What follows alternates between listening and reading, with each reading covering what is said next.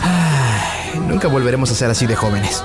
Viaja, diviértete, vive, sé feliz y sobre todo, disfruta cada momento. He said one day